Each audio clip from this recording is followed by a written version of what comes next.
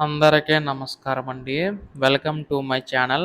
తెలంగాణ రాష్ట్ర వ్యాప్తంగా ఉన్న పెన్షన్‌దారులందరికీ కూడా రాష్ట్ర ప్రభుత్వం శుభవార్త అయితే చెప్పబోతుందనమాట. సో, ప్రస్తుతం మనకి ఈ యొక్క పెన్షన్ పంపిణీ చేయడానికైతే రాష్ట్ర ప్రభుత్వం అయితే సిద్ధమవుతుందండి. అయితే ఈ యొక్క రూ. 4,000, రూ. 6,000 ఎప్పుడు జమ చేస్తుంది అనే దానిపై ఈ వీడియోలో పూర్తి సమాచారం అయితే తెలుసుకుందాం. పెన్షన్‌దారులందరూ కూడా వీడియోనైతే పూర్తిగా చివరి వరకు అయితే చూడండి. అంతకంటే ముందు కొత్తగా ఎవరైనా మన ఛానల్‌ని చూసినట్లయితే వెంటనే ఛానల్ అయితే సబ్స్క్రైబ్ చేసుకోండి. దీని ద్వారా నేను పెట్టే ప్రతి చిన్న లేటెస్ట్ అప్డేట్ కూడా మీరు ఎప్పటికప్పుడు మిస్ కాకుండా తెలుసుకోగలుగుతారు. అలాగే వీడియోకైతే లైక్ చేయండి.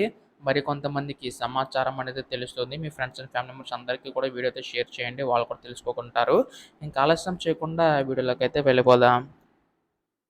సో, ప్రస్తుతం తెలంగాణ రాష్ట్ర ప్రభుత్వం పెన్షన్‌దారులందరికీ కూడా మనకు ఉపయోగపడేలాగా ఈ యొక్క పెన్షన్ పెంచి అందిస్తామని చెప్పి ఎన్నికల టైంలో హామీ అయితే ఇవ్వడం అయితే జరిగింది కదా! సో, వాటికి సంబంధించి గాను మనకు నిధులనేవైతే కేటాయించడం అయితే జరుగుతుందనమాట.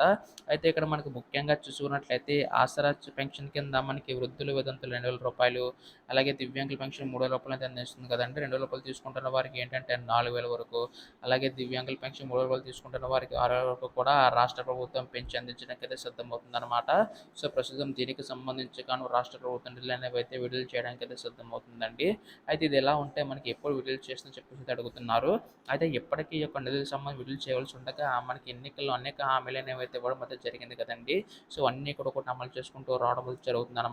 సో, ప్రస్తుతం దీనికి సంబంధించి గాను దాదాపుగా 40,00,000 మంది పెన్షన్‌దారులందరూ కూడా ఎదురు చూడడం అయితే జరుగుతుందండి. ఈ యొక్క పెన్షన్ సంబంధించి గాను. అయితే రాష్ట్ర ప్రభుత్వం కూడా మనకి అయన్నీ కూడా మనకి క్యాబినెట్ మీటింగ్‌లో కండక్ట్ చేసి మనకి ఈ యొక్క నిధులన్నీ కూడా కేటాయించడం అయితే జరుగుతుందనమాట. ఈసారి మాత్రం కేవలం అర్హతగా ఉన్నవాళ్ళు మాత్రమే ఇచ్చే అవకాశం ఉందండి.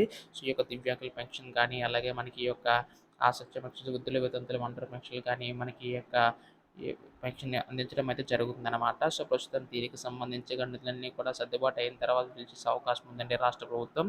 దీనిపై మనకి ఏ లేటెస్ట్ అప్డేట్ వచ్చినా మీరు ముందుగా తెలుసుకోవాలనుకుంటే ఛానల్ అయితే సబ్స్క్రైబ్ చేసుకోండి. ధన్యవాదములు. జై హింద్.